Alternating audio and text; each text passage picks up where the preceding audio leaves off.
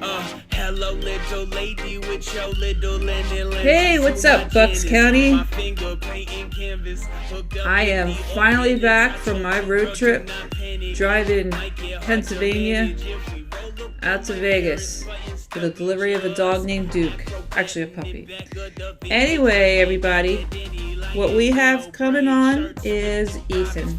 Good friend of mine, but also a musician, a rapper, an artist, and someone I'd really wanted to talk to, and I haven't for a while because of this pandemic. So I'm having Ethan coming on, and this is one of his artists' amazing creation of Lennon lenses, and we will also have all that information in the podcast and on the YouTube podcast that you'll be able to go ahead and sign up, listen to his music. It's fantastic. But he's going to be coming on board and talking to me about, what's happened to him over the last many months of this pandemic, what he's doing now, what he had been doing, what are the changes that he's made because of this crisis that we've had. Talk about his amazing music, his college years, what he's doing now. He actually had some work out west, out in California. He's going to talk to us. He's going to talk to us about that too. So soon, Ethan will be joining us in a matter of probably about 10 minutes or so. So we're going to listen to a little bit more of his music here, and we will talk soon.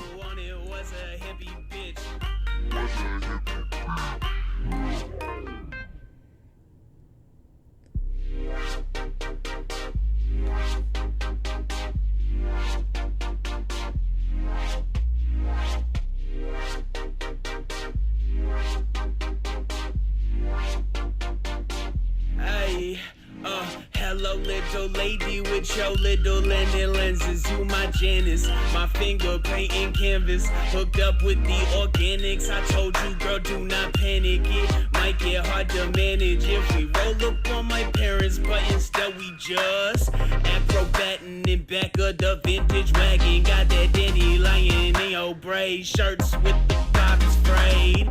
Do I stay escaping or am I reawakening? All I know, I got a naked fucker, slow the needle shaking. Licking tabs up on my tongue, tighter in the sun. Purple on the run, flower on my gun. Lady in trend, but we just been chopping all up on the nugs like echo trailers flexing like Cinderella. You the one, baby, you the one. Like, hey, baby, you the one, baby, you the one, baby, you the one. Hey, hey, little bad ting flexing on them like she know that shit. Hey, know that shit. Oh, little bad ting acting like you don't even notice it. It. All my life, all I ever wanted was a hippie bitch. Oh, hey. All my life, all I ever wanted was a hippie bitch. What? Little bad ting flexing on them like she know that shit. Hey, know that shit. Oh, little bad ting acting like you don't even notice it.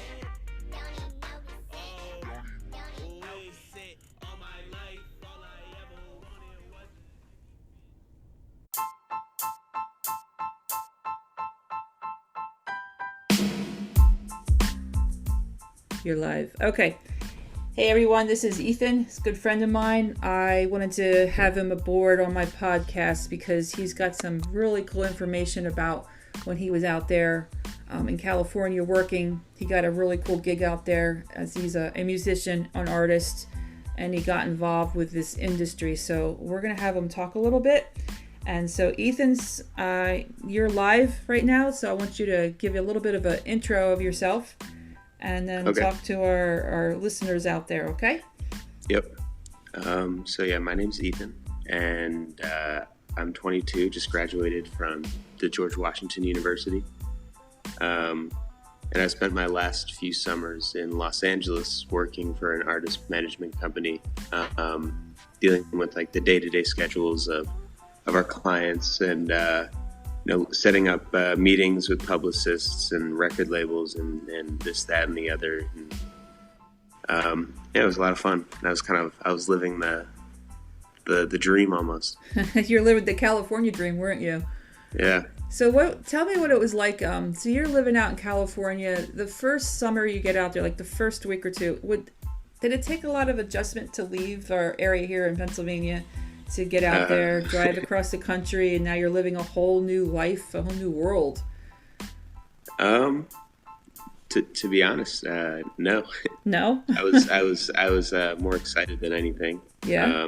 And I had done the drive once previously after my senior year of high school with some friends. So I was just as excited about driving across the country as I was getting to LA. Oh yeah, I can imagine. I mean, I just did my drive myself. I drove across the country and I loved it. I didn't want to come back. It's beautiful out there. So much to offer.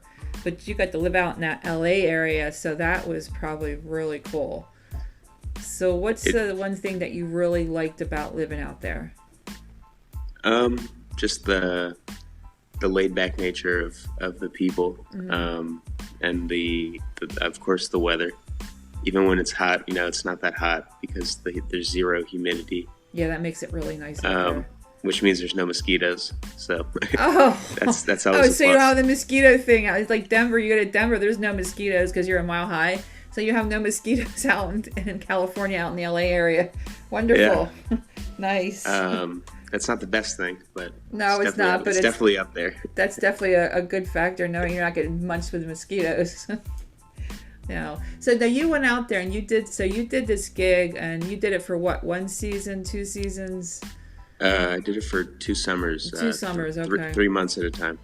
Wow. All right. So, and how did you wind up getting a gig like this? I mean, you're in college. So, but you're when you were in college, you had a different major when you first started, didn't you? Yeah. So, I got the job through recommendation.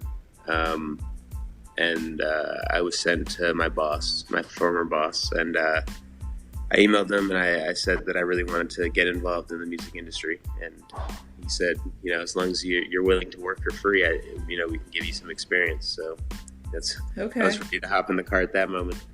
But I started as a business major, and from there I went to American Studies. Okay, you switched over to American Studies after that, then. Okay. Yeah, it was at the moment where they tried to fail me for not having a blazer that was made of the same material as my pants. Oh for no! A class that I decided that business school was not for me. Are you kidding me? Really? Yeah. Oh wow. Well, it's a tough university. I know it's. And it's not like I didn't have the pants; they were just getting tailored at the time. So I had to make what I had work. And oh my gosh! Oh my god! Well, I didn't know that part. I had no idea. I like I said, I need to get caught up with you a little bit. But so you switched that major. So it took you into American Studies, right? So is that when you decided that you could go out there and get this gig and get some experience?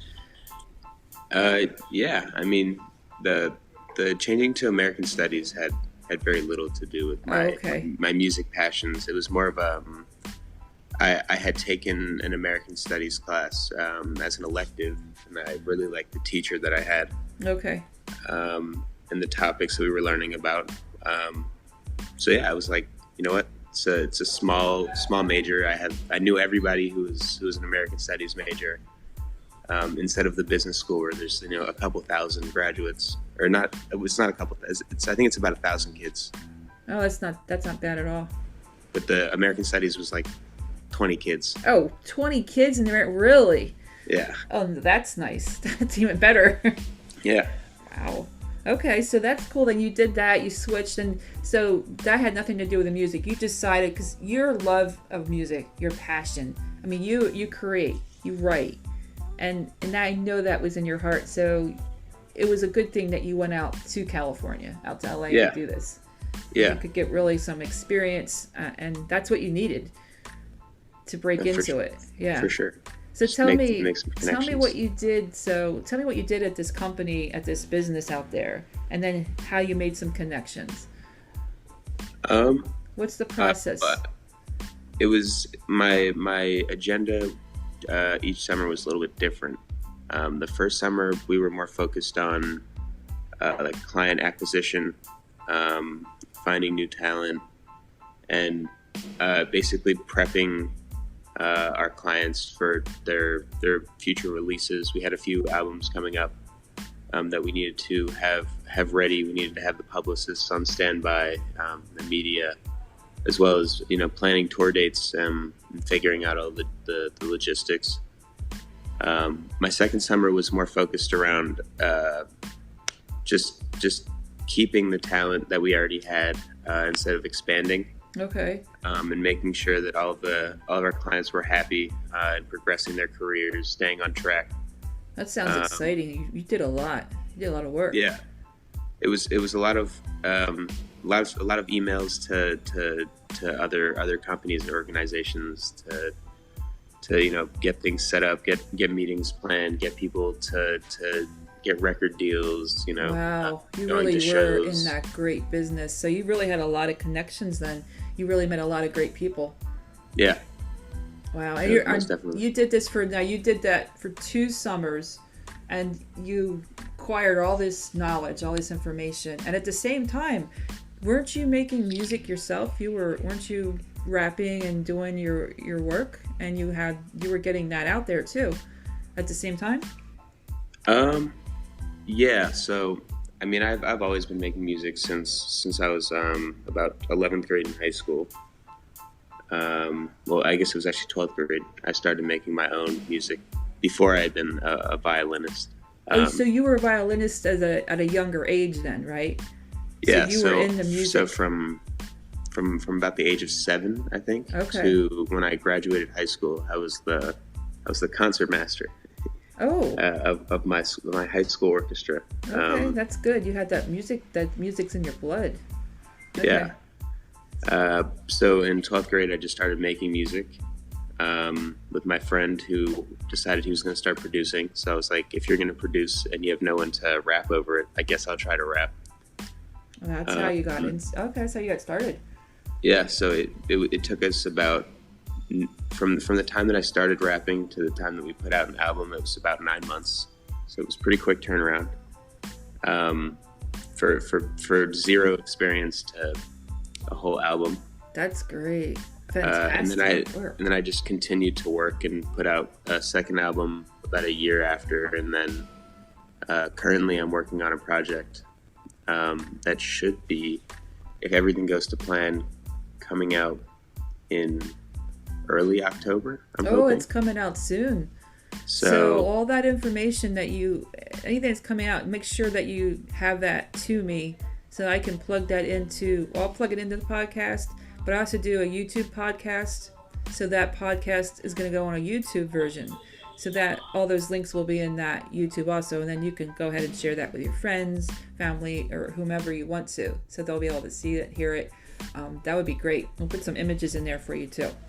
Yeah, for sure. Yeah, that's great. So you've got some cool music. I listened to it. I've got you on Spotify. I've always followed you on SoundCloud. I've always had you on there. But your Spotify, you've got people on there. You've got a bunch of people listening. You've got a lot of plays. So that's great. We'll be sharing that information out there too. So in the course of all this crazy crisis, I mean, you making all this music, have you made music about this situation, what you're going through? Is your music, does it interplay with this pandemic? No. Not at all. No. I kind of make I guess one of the songs that's going to be on my new album. I have one line that I said that I haven't been leaving my house but you probably haven't left your house too much, have you? Yeah, not really. But I don't know. I've never really been one for going out. So I like having my friends, like a close circle. And if I say like I'm not going out, like I had more meant that just my personality. Like I don't leave my house. Like I'll go to my friend's house. I'll hang out there. But I'm not going to the bar or the club or. No, you're just going with friends. You hang out with your friends. You feel better than hang out to some club and really don't want to be out there with all these people you probably don't know and socialize with them. Especially not now. Not now. Especially not now. No, it's not a good idea. You're better off staying put and making music, and that's the idea. So are you still in college yet? Have you graduated from George Washington? Fortunately, they did let me graduate. They did. Okay. Fortunately, yes, that's a good thing. They let me out of there. They let you out, which was nice. Which was very nice. When did you graduate last year? Before all this before the pandemic hit? No, so I had my senior year, my second half of my senior year during the lockdown. Oh. Which was kind of a bummer. Oh no. I know all these kids are complaining about not my freshman year. It's going to be during pandemic. I'm like you guys will be fine as long as there's not another pandemic your senior year. I think you'll be okay. Yeah, they'll be fine. I didn't when something like that happens, especially when you're in college and it's your senior year, you just don't see people. That's terrible that it happened in your senior. Luckily enough for me, a lot of my friends had already graduated. Okay. I had some smart friends. They ended up graduating early and getting out of DC before the pandemic started. That's good they did. But you still were there? Yeah, I was in DC until about July. Oh my gosh, you were down there through this whole time. It was a good time. It was just me and my roommate and our one other friend, and we would hang out. That's it. Just the just the three of us. Just the three of you. Yeah. Oh, crazy times in this pandemic. All three of you down there in DC. My God, I can't imagine what that was like. And the looting was interesting. It's bad in Philly, let alone DC. I know DC. All the metro areas were horrible. So you got to see some really crazy shit going on, didn't you? Yeah. No, I really, as an American Studies major, focusing on racial relations in the United States, throughout history, but also in our modern time, it was an interesting situation to be in, where I'm stuck in quarantine while outside my door, essentially there are these protests taking place basically 24/7 while I'm trying to write all my final papers about exactly what's going on outside. That's what you were doing. So it was an interesting dynamic. Oh yeah, it is, because you I had attended. Too. I changed from business to American Studies. Yeah. And you're writing all these papers. And I attended some of the protests, but you did. Yeah, but it was earlier in the pandemic, and then when things really started to kick off, I ceased attending. Oh, you did. It started getting worse. You didn't go out there as much. But you did experience those protests. Were they friendly? Were they like a friendlier protest that you were involved in, or did you see? Yeah, the issue with the way these protests are being publicized is it's typically not the people that are actually there for the protests that are rioting and looting. It's people that come from out of state, and they're taking advantage of something that is easy money, essentially. I see. This is what they're doing. And we've been seeing that a lot, especially. There's the incident that just happened with the Kyle Rittenhouse kid, yes, who did not belong or live where he was at the time of the protest, and ended up causing a lot of trouble, killing some people. Yes. And that's an extreme. I'd much rather people break a CVS window than go out and run around with an AR. But yeah, it's crazy times. We're seeing a lot all over the country. You see Portland, Seattle. DC, it's everywhere. But you saw an extreme. Yeah, everything was boarded up. My apartment building, the mom and pop sandwich shop down below my apartment building, everything, everything horrible. On the street, my school. Not that anyone was allowed to go to the school, but it's horrible. It's horrible what you had to experience all this. I was worried about. I wasn't sure where you were, but knowing that you were down there during this whole time, that's scary. It's scary. I had my little safe place, my apartment. Yeah. I was yeah, it's almost like my apartment ended up being like a safe house. It was literally like a safe house. It was like I knew that as long as I was there, like nothing could go wrong. And so you stayed there. You were protected. You were able to get food and no problem there. You were getting supplies. I had a car and parked in the garage in the basement of the building. So I would just get in the car and drive. And I did support the protests actually when I would drive to go get groceries. They were always protesting, and they always had big signs like honk for BLM or whatever. Yeah, so drive by, riding around to some old political rap music with the windows down, honking the horn. Oh my gosh. It was kind of fun. Oh, it's crazy and fun at the same time. Is it a lot of adrenaline going on there? A little stress, a little anxiety, a little of everything, for sure. So now that you're going through all this protests, did you start thinking about how, like, you wanted to get involved with this music business and entertainment? Has that changed everything that's going on now? Has that changed what you want to do now versus what you did, a year ago, 2 years ago?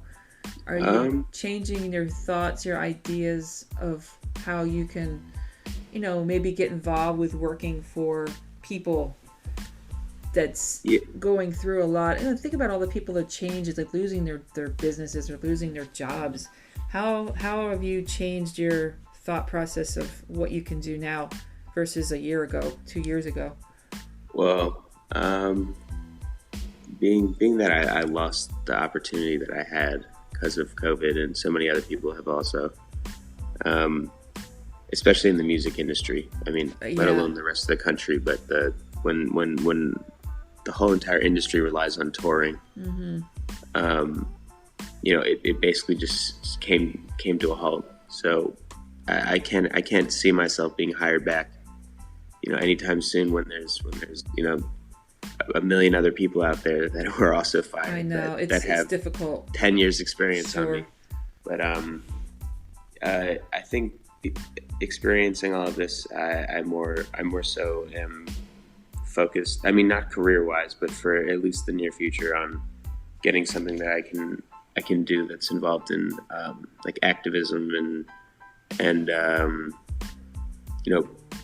like organizing protests or working for a political party or an organization or something. So you've changed a little bit. You're definitely going into the activism, and you're getting into politics a little bit and supporting. You're going whole different realm here. You went from the music industry to this. The ultimate goal is to get back into the music industry. Okay. Because I've never been happier doing that, but I don't think. I think it'd be very fulfilling to get involved in something that would be helping, communities in need. That's great. Minority That's communities really great. and stuff like that. Yeah, if you're getting in there and helping other communities, helping people. People really do. Think of all the people that need help right now. But if you can take all that and then turn it back into your music, yeah. I think you'll be, you're a great writer now, but to think of all the experiences that you'll have doing this and then put that into your music, that's really that'll change it. I'll be interested, and I'll be waiting to hear your upcoming tracks and see what's going on. I love listening to it. It really, really does affect my, way I think, my soul. I love music. I live for it every day, 24/7. I love it. Yeah. And when I hear yours and everybody else that I've come into contact with music industry, it's fantastic. I love it.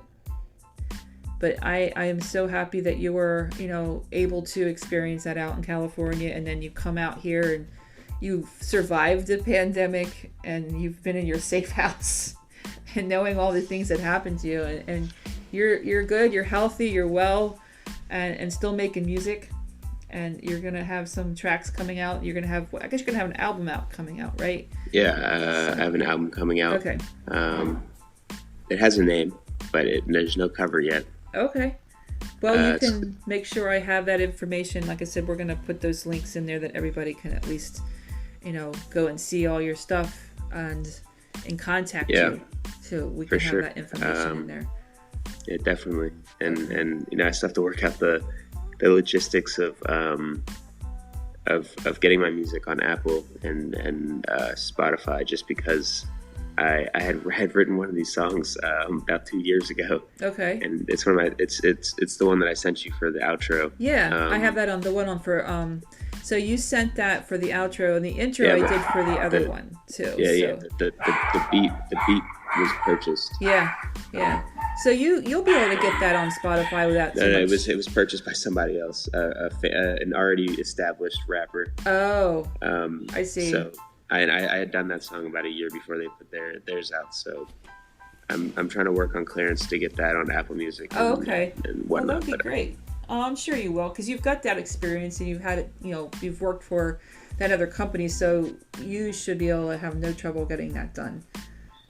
Will not be a problem for you. Yeah, you're a go-getter. You'll do it. You're a good guy. You're a good person, and happy to call you my friend, and happy that we were able to do this interview and get to talk a little bit, and it helps people out there that are interested in getting into some type of music industry, just to see as a college student and what you've gone through, and from the many years that you've dealt with GW and changes that you've done. So it's good. People out there, I've got a lot of listeners out there, and it's getting more popular, and people want to hear things that are going on with people's lives.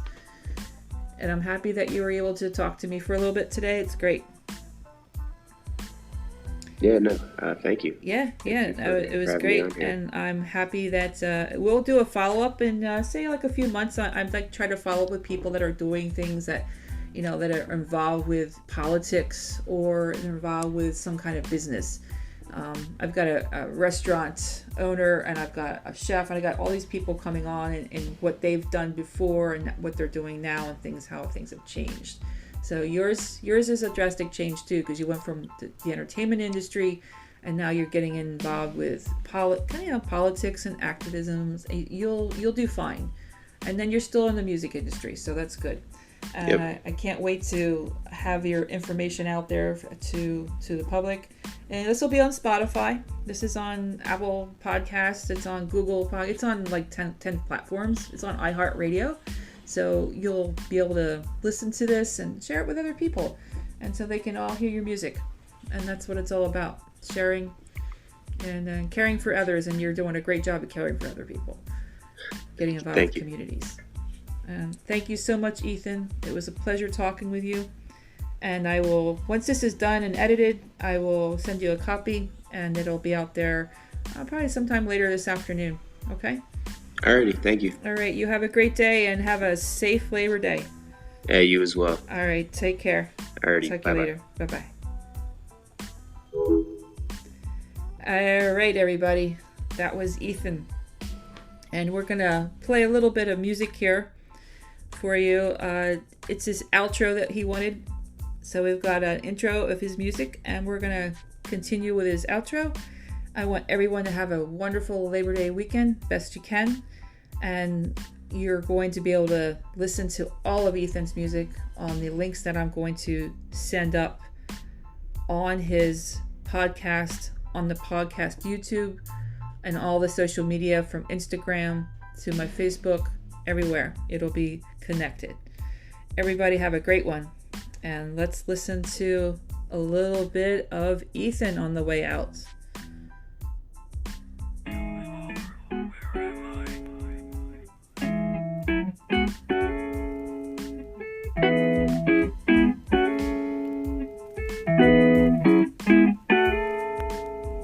I don't care if it's Remy or Henny or the Dulce, yeah.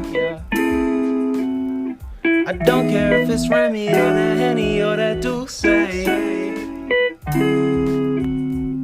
Don't care if it's Remy or the Henny or that Dulce. I just need some cognac and a little bit of you, babe. You be on my mind all the time like you a toupee. I brought you a OZ, call that shit a bouquet. Don't care if it's Remy or the Henny or that Dulce.